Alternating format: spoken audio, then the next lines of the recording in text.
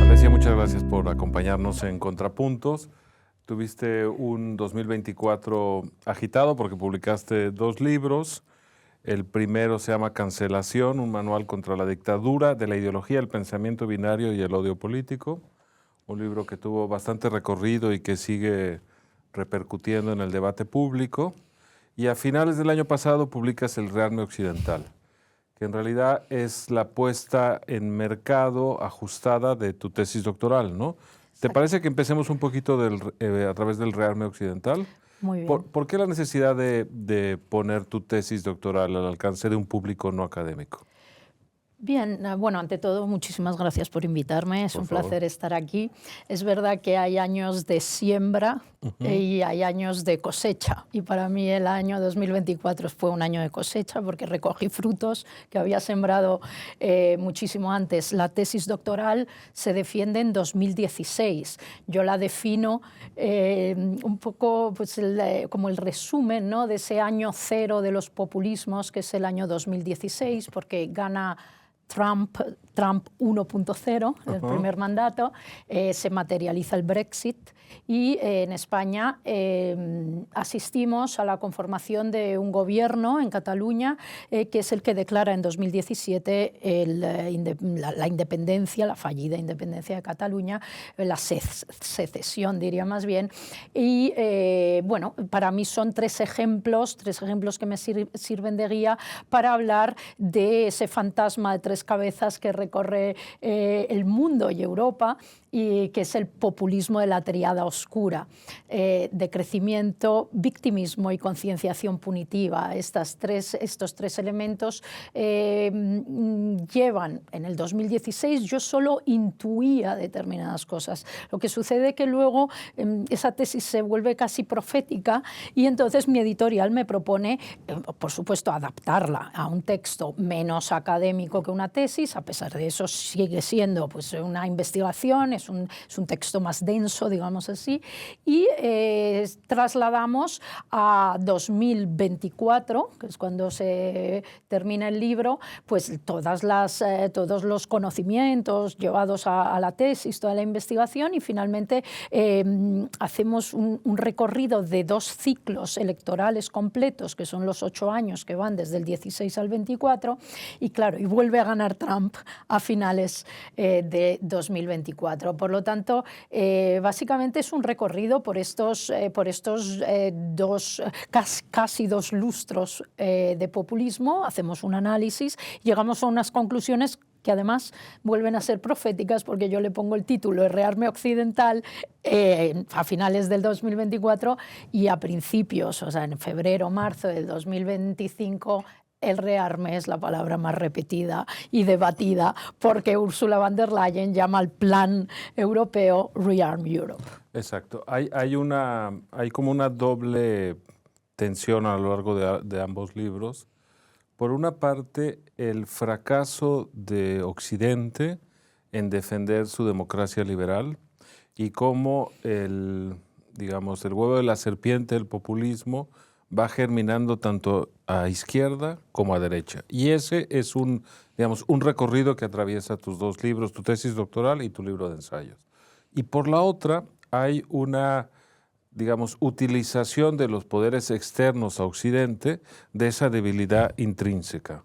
Un ejemplo claro sería la invasión rusa de Ucrania, otro sería el ataque de Hamas a Israel, y desde luego lo que no esperábamos es que Occidente pusiera de líder a un ejemplo consumado de iliberalismo, de nuevo como sería Trump, ¿no? Entonces podemos empezar conversando, si quieres, las debilidades internas de Occidente y por qué propicia el ascenso del populismo, y luego las presiones externas, ¿no? ¿Cuáles serían el principal diagnóstico de la doctora Alesia de la debilidad de la democracia liberal? Bien, es que en la raíz de la democracia liberal está su propia debilidad, porque nosotros defendemos la tolerancia, pero hay que entender cómo entendemos esa tolerancia. ¿Es tolerancia que todo el mundo pueda actuar de una manera, debemos ser tolerantes también con los intolerantes. Bueno, aquí está pues, Karl Popper, ¿no? Claro. Karl Popper. Pero yo quiero analizar más bien los motivos por los cuales nosotros nos volvemos débiles desde dentro. Luego están los factores externos que nos asolan, ¿no? Pero desde dentro nos volvemos débiles porque aceptamos unos marcos mentales, unos dogmas que realmente van en contra de nuestra propia libertad, ¿no? ¿Cuáles pueden ser estos dogmas? Pues son dogmas que tienen mucho que ver con el marxismo cultural, son dogmas que nosotros llevamos aceptando pues, desde hace décadas. Ya Antonio Gramsci, un gran filósofo italiano que fue encarcelado por el fascismo de Mussolini, en sus cartas desde la cárcel decía que los movimientos marxistas debían introducirse en las universidades, debían introducirse en las artes, todo tipo, de literatura, artes escénicas, etcétera, para de alguna manera lanzar un mensaje, ¿no? Un mensaje que tiene una serie de dogmas. El dogma fundamental en nuestra época es el del decrecimiento, por ejemplo, ¿no? Decir que nosotros no estamos respetando el planeta y por lo tanto tenemos que decrecer, y en el fondo es siempre ir en contra del capitalismo. Luego hay otro dogma que es que la víctima es el héroe, ¿no? La víctima no se le puede poner en duda. Aquí confundimos víctima con denunciante. Es que el denunciante a veces no está diciendo la verdad. Y luego está esa concienciación punitiva por la cual parece que nuestro estilo de vida occidental está equivocado. Nosotros, cómo viajamos, cómo comemos, cómo consumimos, cómo nos relacionamos, siempre hay un sentimiento de culpa. Esto también está muy relacionado con nuestras religiones, donde nosotros parece que por el hecho de ser occidentales somos una sociedad equivocada y por lo tanto debemos pedir como perdón constantemente. Y aquí esto ha parasitado no solo la izquierda, porque creo que todo se puede vincular con dogmas de izquierda, pero también la derecha. Lo que está haciendo Trump en este momento constantemente, cuando le escuchamos sus declaraciones, es decir, el mundo ha fastidiado a Estados Unidos. Nosotros, Estados Unidos, somos una víctima y ahora tenemos que, lógicamente, vengarnos y recuperar el terreno perdido. Por lo tanto, tenemos ahí esos tres elementos. Vamos con calma, porque es interesante, digamos, que el fracaso del marxismo a nivel político, que significa la caída del muro de Berlín, no haya detenido, sino al contrario, el influjo del marxismo universitario y esta idea, efectivamente, de Gramsci, pero no solo, también de Marcuse, por ejemplo, de infiltrar a la sociedad libre desde instancias de poder, de conocimiento o económicas, ¿no? Y sin embargo, el derrumbe del muro de Berlín es tan impactante y la gente huyendo hacia Occidente. ¿Cómo te explicas que ese, digamos, hecho inapelable no haya modificado o no haya transformado el pensamiento marxista universitario, por decirlo de alguna forma? Bueno, yo creo que ahí ha habido mucha habilidad por los grandes ideólogos y en el momento en el que cae el muro de Berlín, ellos toman conciencia de que económicamente ya no pueden combatir al capitalismo. Entonces lo van a combatir a través de otras vías, que es la protección de los que ellos definen como colectivos oprimidos. Ellos dividen, con la CLAU y con otros, dividen la sociedad entre opresores y oprimidos, pero claro, esto es mucho más líquido que el proletariado y el empresario o el capitalista. Entonces todos podemos ser víctimas. Yo podría ser víctima por el hecho de ser una mujer, o debería ser víctima, según ellos, por el hecho de ser una mujer. Por lo tanto, es mucho más fácil dividir las sociedades en eso. Como bien decías, Marcuse además consideraba que era violencia, incluso una idea distinta a lo que él pensaba. Él intentaba transmitir, ¿no?, esta filosofía. Por lo tanto, al final nos encontramos en una situación donde la caída del muro de Berlín, o el fin de la historia, como decía Fukuyama, realmente no sucede, no sucede. Hay movimientos que se rearman ideológicamente, luego en el Grupo de Puebla o el Grupo de Sao Paulo, etc. Y entonces a sus acólitos y a sus gobiernos, porque existen gobiernos que siguen estas directrices, pues les instruyen para dividir a la sociedad entre estos grupos. Y al final el ser humano busca gurús que les permita su redención y sentirse que estás haciendo algo positivo para el mundo, aunque eso sea una gran hipocresía. Entonces, bueno, pues ahí encontramos estos movimientos. Lo paradójico es que efectivamente fragmentan a la sociedad en distintas capas de víctimas, imponen el fanatismo de la identidad y modifican la lucha del proletariado contra el opresor capitalista en pequeñas batallas que van ganando, ¿no? Esa dinámica, sin embargo, está llena de contradicciones, como tú explicas en Cancelación. Por ejemplo, la sobreposición del discurso feminista, por decirlo de alguna forma, con las nuevas identidades de género, y cómo en el fondo lo que hace es cancelar las batallas feministas, ¿no? Lo digo como un ejemplo. ¿Por qué no nos...? Sí, bueno, yo básicamente considero que respecto a la ley trans, la ley del solo sí es sí, la ley de violencia de género, en lo que estamos incurriendo es una contradicción conceptual y jurídica. Vamos a ver, no puede haber dos leyes, además promulgadas por el mismo gobierno, sí, que dicen que la mujer, por el hecho de ser mujer, adquiere una serie de privilegios y dádivas estatales o administrativas, y hay una ley que dice que tú, por el hecho de declararte mujer, vas a adquirir estas dádivas de la otra ley. Por lo tanto, ese triángulo de las tres leyes es contradictorio en sí, conceptualmente y jurídicamente hablando, y además es abre un fraude de ley. A la trampa inevitable. Al fraude, ¿no? Inevitable. Claro. Por lo tanto, bueno, sería muy bueno y no tiene ningún tipo de contradicción querer desarrollar una ley trans para las personas que realmente se encuentren en esta situación. Sí, de hecho tu libro hace una visión muy tolerante, por supuesto. Por supuesto, yo soy muy liberal en ese sentido. Yo soy una gran defensora de la autodeterminación de género para aquellas personas que realmente se sientan en esa situación. Yo creo que en España además conocemos grandes casos de éxito de personas que han transicionado, y además yo siento admiración por aquellas personas que han tenido esa valentía. No, desde luego no es algo fácil. Contra lo que no puedo estar de acuerdo, con lo que no puedo estar de acuerdo es con el fraude de ley, claro, respecto a esta ley. Las primeras personas que no están de acuerdo con el fraude de ley y el aprovechamiento, claro, son los verdaderos trans. O con que no se informe adecuadamente a los jóvenes, bueno, de los y riesgos. Luego con los niños ahí es un tema muchísimo más delicado, hormonaciones, amputaciones, este es otro tema, y que tiene que ser visto caso por caso.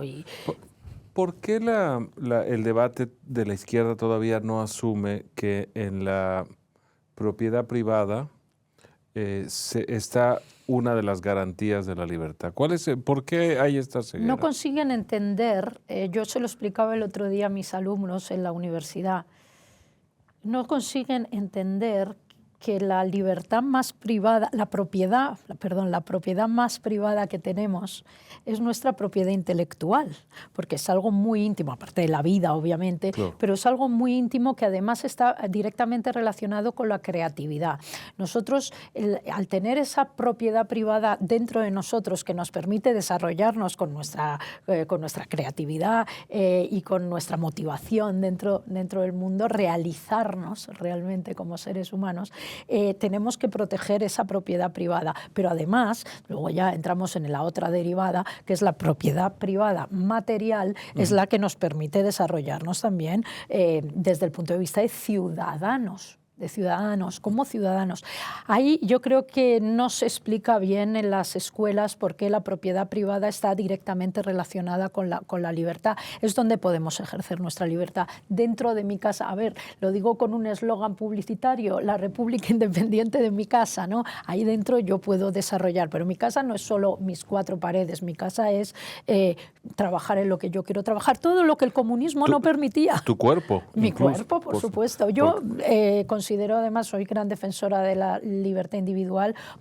Tengo otros capítulos incluido la legalización de las drogas. La legalización de las drogas. Más bien yo hablo de despenalización. Exacto, que es distinto. Es un tema distinto. Yo lo defiendo porque pienso que ya hay suficiente información. Además, las tablas de prohibición de determinadas sustancias son algo bastante reciente. Estamos hablando de los años 60 del siglo pasado. No es que siempre se hayan prohibido.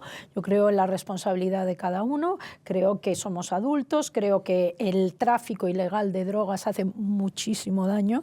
¿Por qué? Porque no hay un control. Imagínate para un mexicano lo que estamos Claro, hablando, ¿no? Y sobre todo, ¿qué problema tenemos ahora? Que los grandes cárteles tienen ejércitos más fuertes que los estados, que los gobiernos. Si hay una hipotética guerra entre un ejército y un cártel, pues igual gana el cártel porque tiene muchísimas más armas. Por lo tanto, tenemos un problema grave. Volvamos al influjo con tus alumnos.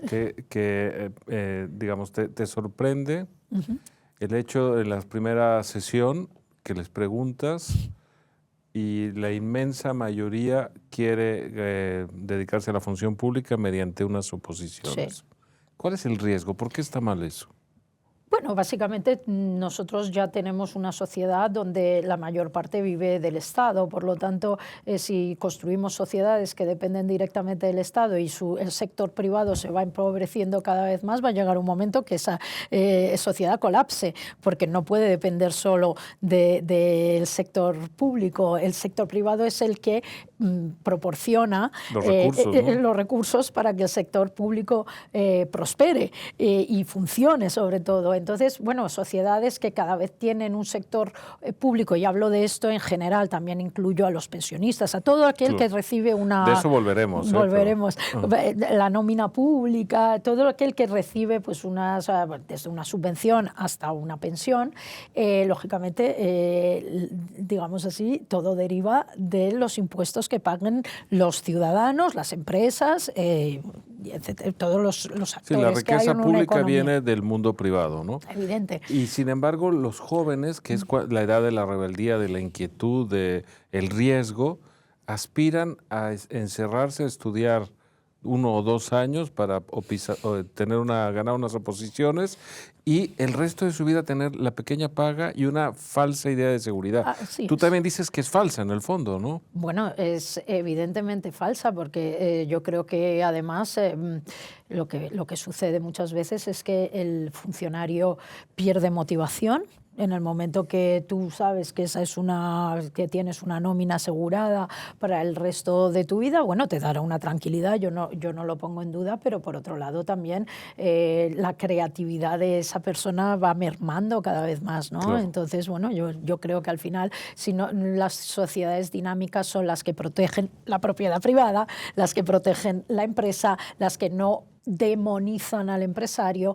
Yo separo mucho también entre grandes empresas, sectores regulados, que además a mí me parece una forma de intervención estatal bastante evidente, y el sector privado de la pequeña y mediana empresa, que creo que es el motor real. Claro. Sí, explicas muy bien cómo hay ciertas corporaciones gigantescas que dependen exclusivamente de la regulación estatal. Claro. Y que en el fondo son paraestatales disfrazados. Claro, ¿no? O sea, todos los sectores regulados, y yo hablo de energía, mundo financiero, los bancos, los seguros, el transporte, aunque luego se han intentado liberalizar, pero realmente eso yo lo llamo el capitalismo de amiguetes, ¿no? Porque al final ahí es donde están todas las puertas giratorias.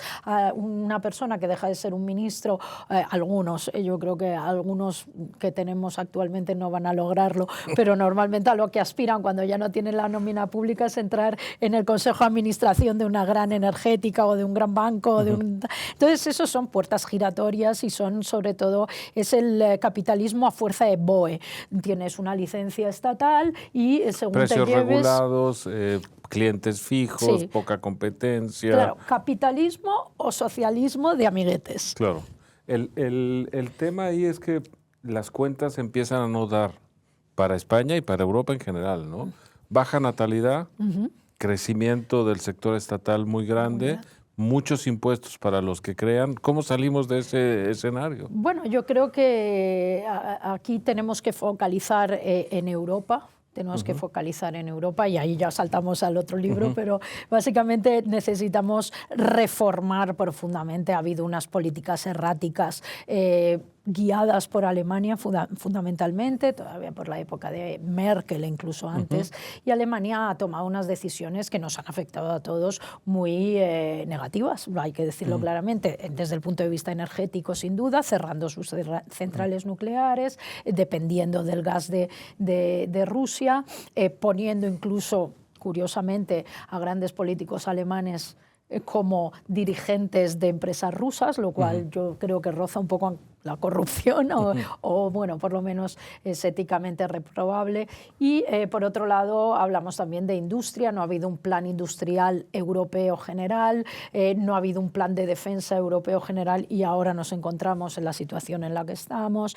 No hay una bolsa única europea, que yo creo que sería fundamental para que nuestros ahorros se quedaran aquí, nuestras inversiones se quedaran aquí, no se fueran a Estados Unidos, por ejemplo. Entonces, bueno, hay que reformar mucho en la Unión Europea. Yo soy muy optimista, pero al mismo tiempo es una gran defensora de la Unión Europea y atraviesa tus dos libros como el experimento humano más atractivo, incluso eficaz contra lo que se suele pensar, incluidas las regulaciones de Bruselas, ¿no? ¿Cuál sería tu alegato en defensa? Mi alegato es que nosotros como Estados miembros independientes no tenemos nada que hacer. Somos hormigas ya en un mundo globalizado, tenemos dos grandes potencias que encima están entrando en una colisión comercial directa justamente en estas... Mientras hablamos, mientras hablamos, que son obviamente Estados Unidos y China, y Europa, que es un enorme mercado. No olvidemos la grandeza de Europa, no nos olvidemos de quiénes somos, de dónde venimos, cultura, no nos olvidemos porque somos la raíz de ese mundo occidental, pero al mismo tiempo rectificamos rápidamente en determinadas políticas que son las que acabo de describir antes, o vamos a tener una situación realmente compleja. Yo no veo ningún país actualmente que diga que quiere salir de la Unión Europea. Hay partidos, pero ni siquiera están en los gobiernos donde lo dicen.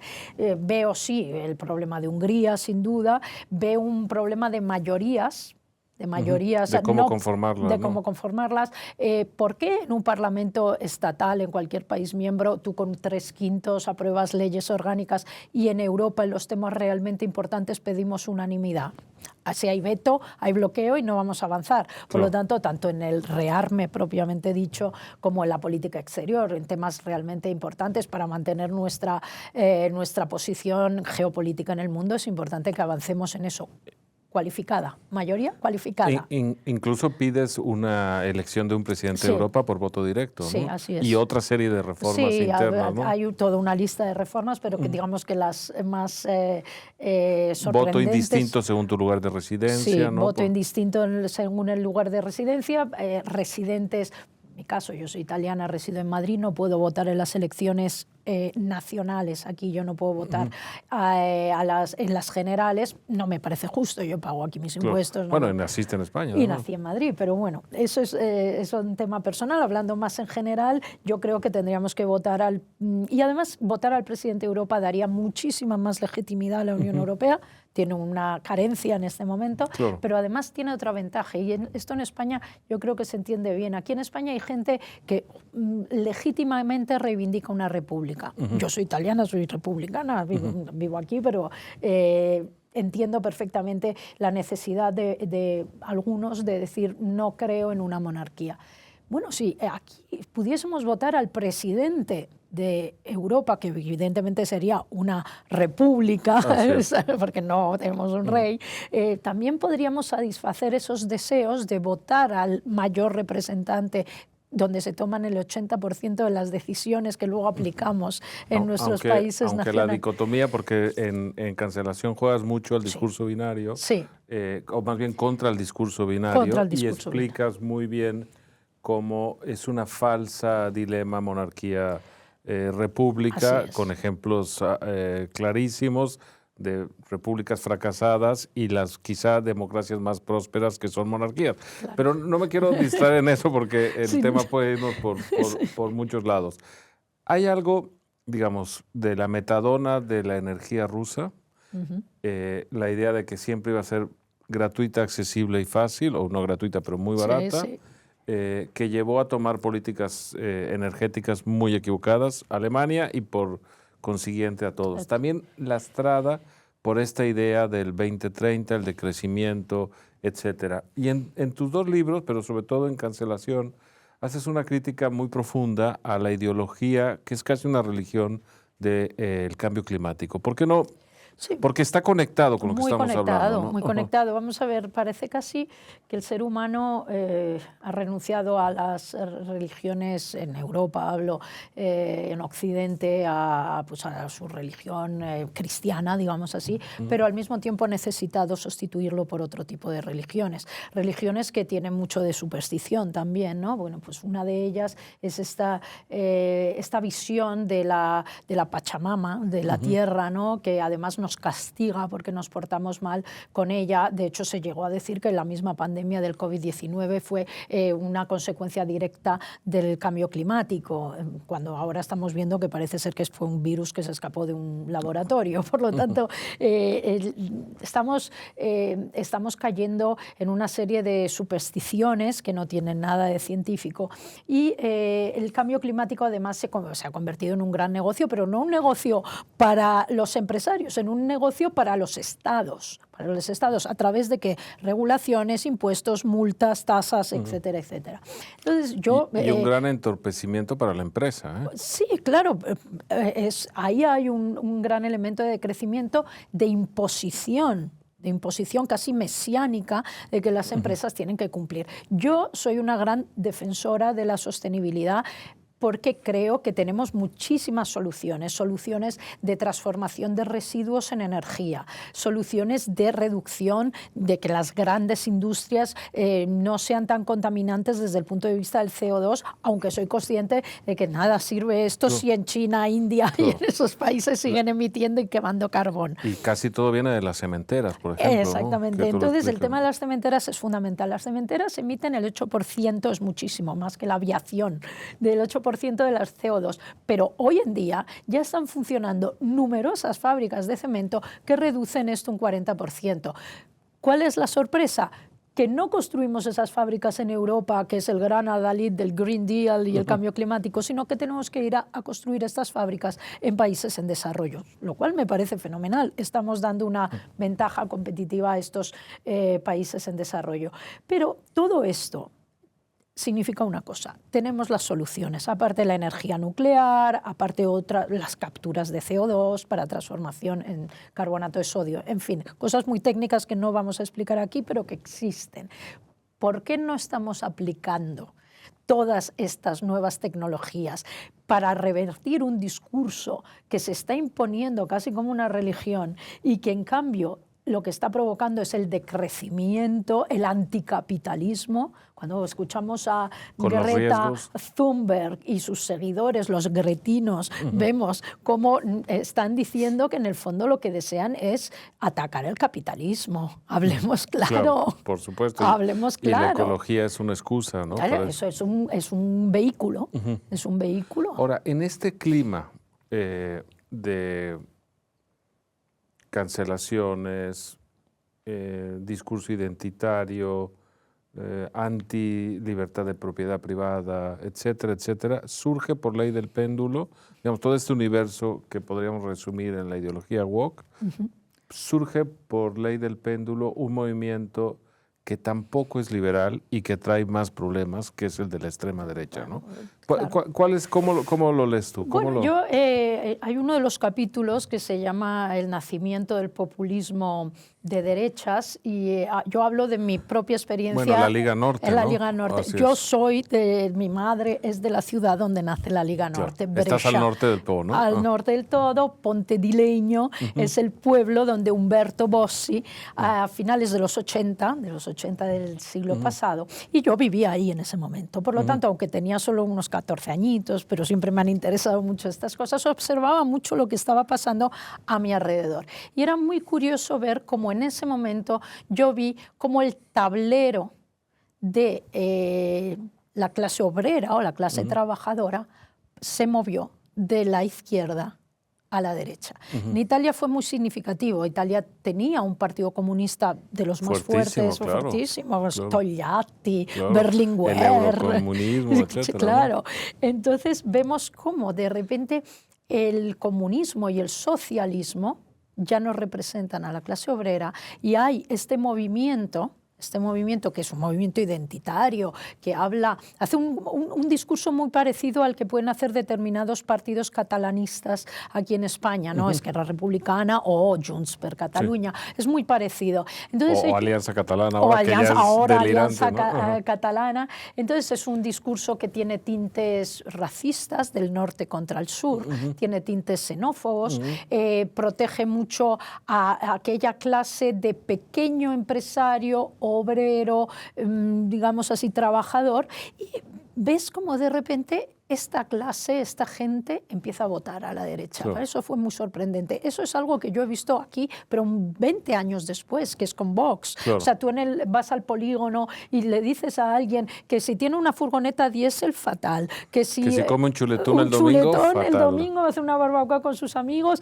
está luchando contra el planeta. Y esa es la semilla, digamos. Esa es la semilla. Yo la observé ahí con la Liga Norte y creo que al final ellos han sido hábiles porque se han quitado lo del norte de encima y ahora les están votando también en el sur. Y considero que eso es lo que está buscando también, por ejemplo, Esquerra Republicana. Y es, digamos, el mismo mecanismo, tanto el populismo de izquierda como de derecha, que es apelar, simplificar la realidad, buscar una causa única, un enemigo común al que puedas atribuirle todos los males y tú erigirte en la solución, ¿no? A ver, eso es una característica del populismo muy claro. El populismo no mira futuro, mira pasado. Si nos fijamos en los eslóganes, Make America Great Again, quiere decir que América fue great. Claro. En el Brexit, el eslogan era Take Back Control. Exacto. Quiere decir que había un control y que lo habían perdido. Y esto lo podemos ir observando en muchísimos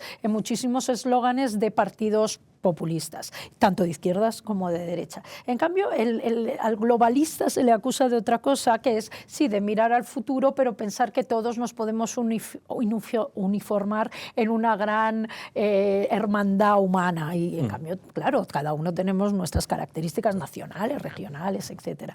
Pero específicamente la causa populista lo que busca al final es dividir entre opresores y oprimidos y sobre todo buscar soluciones fáciles para problemas difíciles. El populista, el líder populista, que lo encarne, ¿no? Tiene que ser, hay un fortísimo liderazgo que encarna casi como un mesías, volvemos a la relación con la religión, como un mesías, y él es el gran condottiero, digamos así, que va a resolver todos nuestros problemas. Luego vemos que la realidad, pues lógicamente es muchísimo más compleja, pero siempre con un enemigo común, que puede ser en la derecha, en la inmigración, o en la izquierda, pues el empresario, o el establishment. El establishment lo podemos compartir ambos. Claro. Pero generalmente pues uno ataca más al empresario, al banquero, y el otro ataca pues al inmigrante. Una dicotomía que te interesa mucho también estudiar es libertad e igualdad. Sí. ¿Por qué es tan peligroso el discurso igualitario que olvida la libertad? Porque básicamente aquí confundimos dos términos. Uno es la igualdad ante la ley, que eso es un pilar democrático al que no podemos renunciar, como a la presunción de inocencia, la igualdad ante la ley, todos somos iguales ante la ley. Y lo otro, en cambio, es la igualdad mediante la ley, que básicamente me está diciendo que el Estado impone que todos somos iguales y, por lo tanto, todos tenemos que responder de una manera igualitaria. Esto es antimeritocrático, porque si yo me esfuerzo más, considero que, lógicamente, tengo derecho a obtener más, mi libertad me permite, mi forma de ser, a luchar más por mis sueños, digamos así, o por lo que quiero tener en la vida.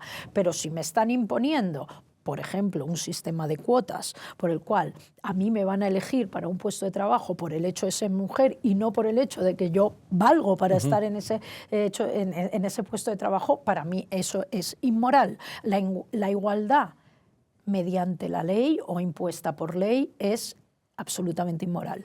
En cambio, la libertad, aquí tenemos las tensiones, ¿no? Tenemos que imaginar como una línea, en un lado está la libertad absoluta, que podría ser la anarquía, en el otro lado está la igualdad absoluta, que podría ser el comunismo, que es lo que buscaba la tiranía del comunismo, y en esa tensión y en medio estamos pues los que creemos que tiene que haber un equilibrio entre igualdad y libertad.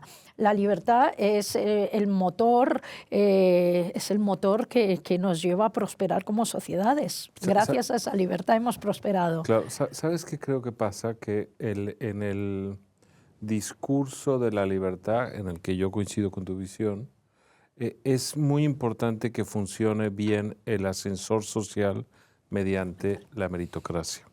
Entonces, cuando la gente ve el nepotismo, las puertas giratorias, los falsos currículos, el doctor que no es doctor pero que tiene el puesto por ello, etcétera, acaba propiciando la idea de que es imposible el ascenso vía meritocrático, ¿no?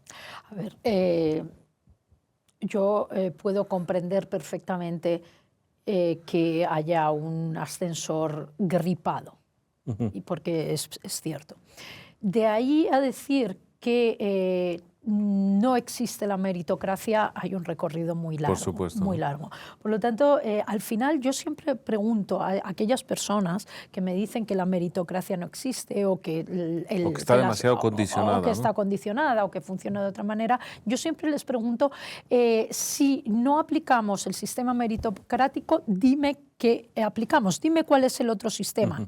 Y no me sabe nadie contestar. No hay una alternativa. No hay una alternativa, porque todos, además, también hay muchos políticos que hablan en contra de la meritocracia, y entonces yo, claro, les preguntaría, ¿y entonces usted por qué está en su puesto? Usted está diciendo que si no existe la meritocracia, usted tampoco merece estar en ese puesto tan relevante, cobrando dinero público, cobrando grandes cantidades de dinero. O sea, usted me está diciendo que usted está ahí porque le han enchufado o porque era pariente de alguien o por lo que fuera. Entonces, en ese aspecto creo que es muy difícil defender que no nos basamos en un sistema de esfuerzo y de meritocracia.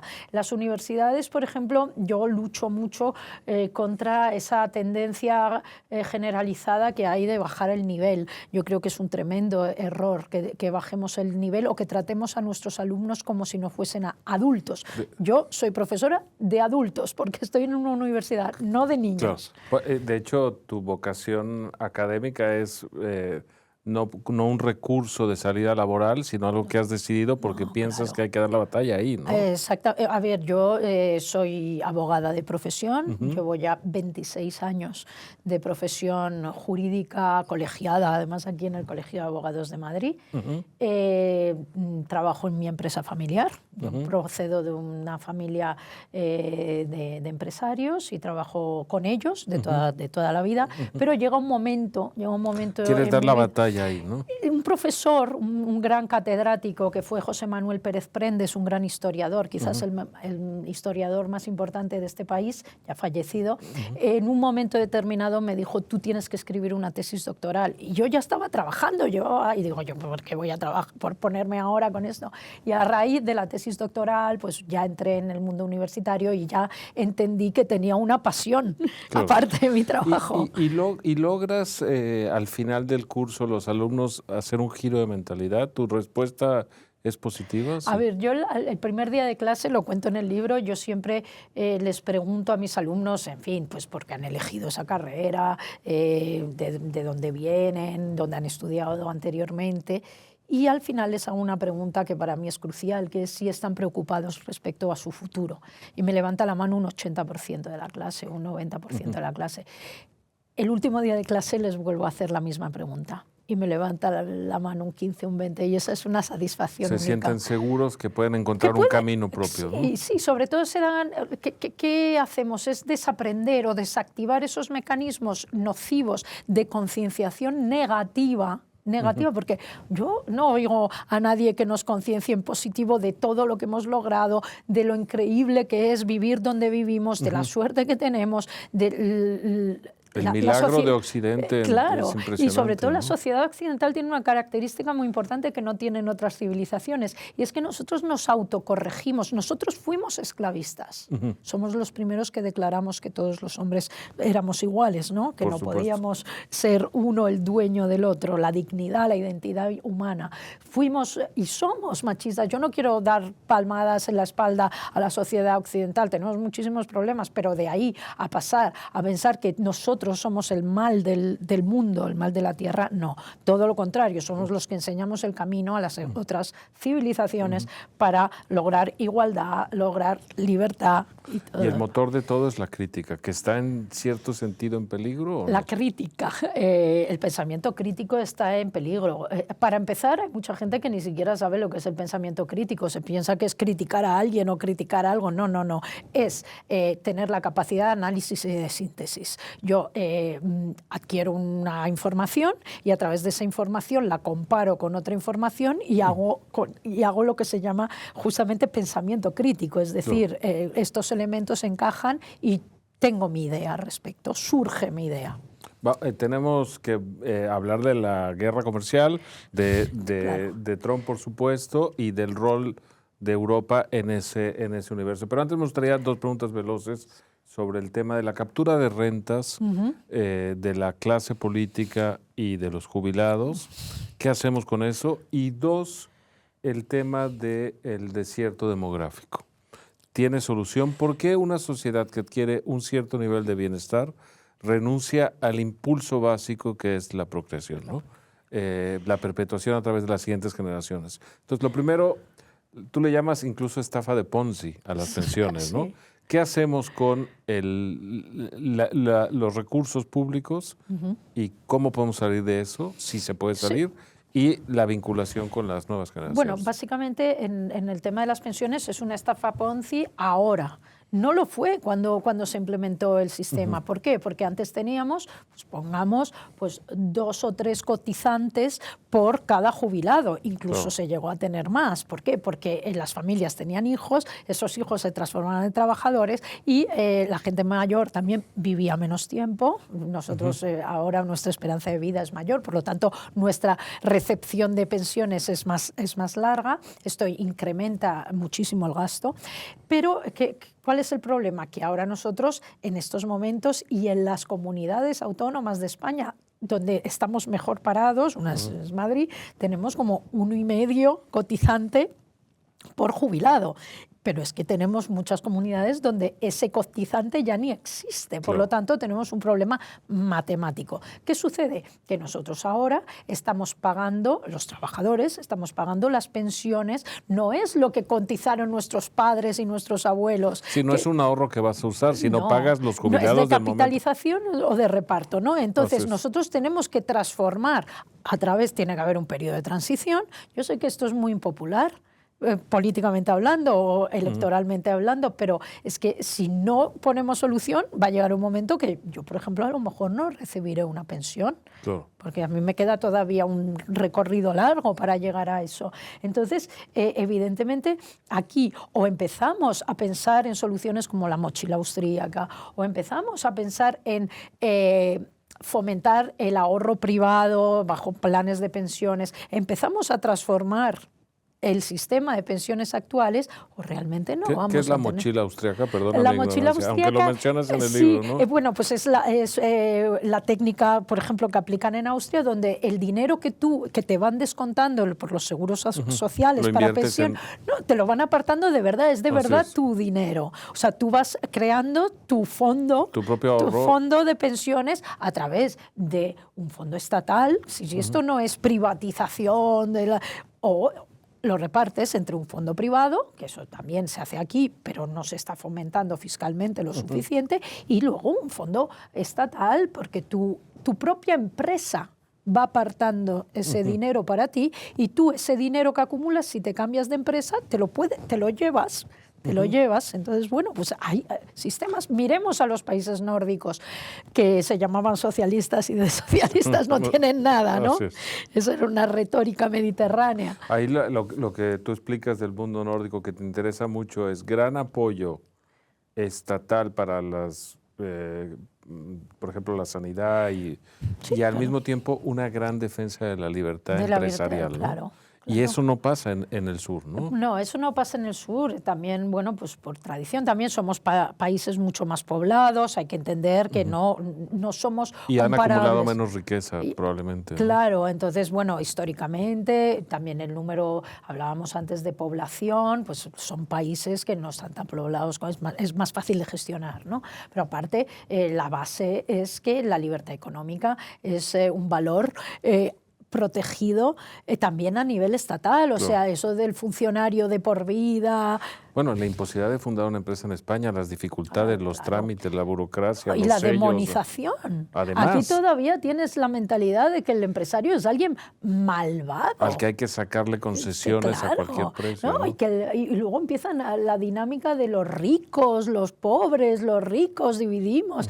¿Quién es rico hoy en día? Bueno, según el Estado, claro, son ricos gente que tiene unos salarios muy, muy limitados. No estamos hablando de grandes multimillonarios. El mundo está en un cambio brutal, en una crisis abierta por el triunfo de Donald Trump. ¿Qué hacemos? ¿Cómo lo enfrentamos? ¿Qué soluciones hay? Bueno, yo quiero decir algo que me hace sonreír respecto a Donald Trump. Considero que, además por verle algo positivo, ¿no? Que Donald Trump es la mayor fábrica de liberales que ha existido últimamente. Hablo de liberales desde el punto de vista económico. Yo en los últimos días... Por puro contraste a su actuación, yo en ¿no? los últimos días he oído personas que de toda la vida han criticado la globalización y el capitalismo, son los mayores defensores del libre comercio. Contra los aranceles, por ejemplo, ¿no? Claro. Entonces, digo, bueno, algo bueno tiene este señor. Dos cosas. Primero, ha unido Europa como no había estado unida hasta, bueno, desde las últimas décadas, porque nos estamos activando, por fin, he de decir. Y segundo, es la gran fábrica de pensamiento liberal para personas que se definen más bien socialistas o socialdemócratas. Dos preguntas. La democracia americana, la creadora de los pesos y contrapesos, checks and balance, ¿resiste este influjo de Trump? Yo ¿no? espero que sí. Yo espero que en el midterm, que va a ser en un año y medio... Las elecciones legislativas, ¿no? Sí, las elecciones legislativas, yo creo que sinceramente va a haber un vuelco, sobre todo porque está... bueno, sobre todo jugar... Este señor se cree que la bolsa es el casino donde él gestionaba casinos en Atlantic City.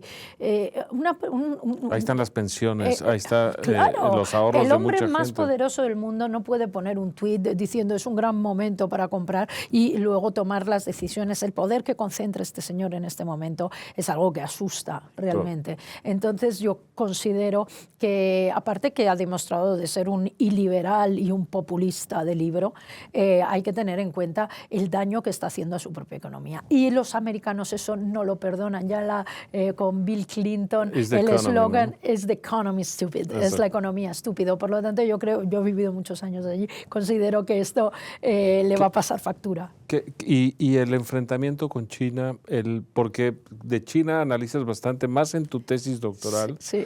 El influjo, la lenta apropiación inteligente de espacios económicos en el mundo, la nueva ruta de la seda, el collar de perlas. ¿Por qué no nos cuentas un poco tu visión de China y qué puede pasar ahí? Bueno, yo ante todo considero que China tiene, bueno, lo han dicho, lo dicen y lo repiten, este deseo casi de revancha, ¿no?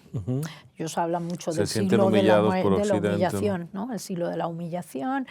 Creo que también Xi Jinping tiene una biografía que realmente impresiona, como sus propios padres se reniegan de él escapa de este centro, bueno, un campo de educación, etcétera. Por lo tanto, creo que ahí tenemos que observar que hay un deseo real. Luego, también tengo que decir, además, en favor suyo, que ellos tienen una manera muy pacífica y muy paciente de negociar. muy pacífica y muy paciente de instalarse en otros países, tú no tienes problemas. En nuestros barrios hay chinos en todos sitios, son buenos inquilinos, son buenos compradores. Grandes matemáticos en las escuelas, ellos saben hacer sus cuentas, ellos saben hacer... Y es espectacular el desarrollo que ha tenido China. ¿Cuándo? Cuando acepta el capitalismo a partir de Deng Xiaoping. Cuando el hijo mata al padre, Mao Zedong, ¿no? Entonces, tenemos que observar que ellos están en su momento y es respetable que ellos quieran convertirse en la primera potencia mundial. Hay todavía muchos elementos, por eso ellos están invirtiendo tanto en una flota marítima potente, quien gobierna los mares, puertos, ¿no? Y colocándose estratégicamente con los puertos. Ellos tienen su estrategia. Y de alguna manera nosotros tenemos que hacerles frente. Yo me refiero no de una manera bélica, ni muchísimo menos. Yo lo que creo es que pues Europa, por ejemplo, tiene que implementar sus reformas y Estados Unidos pues está intentando. Todos los mensajes de Trump van dirigidos a China. Claro. Pero con una estrategia muy torpe, muy colosal y riesgosa, ¿no? Sí, absolutamente. Cuando tu propuesta es más bien de convivencia armónica, ¿no? Yo considero, de hecho, uno de los capítulos del Rearme Occidental habla de una reedición del pacto transatlántico, el TTIP. Estuvimos a punto de firmarlo en 2016, otro de los motivos porque el 2016 es un año tan relevante en el libro. Estuvimos a punto, pero ganó Trump. Así es, y se retiró de inmediato. Yo tengo la sensación que lo que va pasando los últimos días, ya hablo de días, es que sí puede haber un deseo de reedición, y es muy importante porque hay que pensar que el eje económico mundial se ha movido al Pacífico. Ahí sucede la inmensa mayoría del comercio y del intercambio. Sin duda. Y entonces tenemos que reequilibrar el Atlántico, que durante siglos fue el corazón del comercio. Entonces tenemos que reeditar un pacto transatlántico. Hablo de Mercosur y hablo de Norteamérica. Y hablo también de por qué no Canadá se une a la Unión Europea, si compartimos una isla ahí perdida, una frontera. Es interesante. Podríamos seguir hablando horas y horas, claro. Porque además son dos libros que están llenos de ideas. Me gusta mucho que utilizas el dato duro para sustentar tus ideas. Entonces, casi todo lo que dices tiene un apoyo fáctico y una interpretación numérica, y eso le da una fuerza muy grande a tu alegato. Gracias. Así que la verdad ha sido un enorme placer. Lamentablemente hay que ir terminando, y yo tengo para mis invitados siempre una pregunta por fuera de la conversación, y es que le digan al espectador de Contrapuntos un libro que no pueden pasar por la vida sin haber leído. ¿Cuál sería tu recomendación? Qué pregunta tan difícil. Pero voy a decir en defensa de la ilustración de Steven Pinker, porque realmente también está muy fundamentado en datos, pero sobre todo nos da esperanza, y yo quiero concluir siempre con un mensaje en positivo. Es un gran optimista. Es un gran optimista. Y piensa que vivimos el mejor de los mundos. Y yo lo pienso también. Yo estoy de acuerdo con Pinker. Estoy de acuerdo con Pinker. Y además, realmente, ¿qué sería la vida si no pensáramos eso? Muy bien, pues queda dicho. Muchas gracias.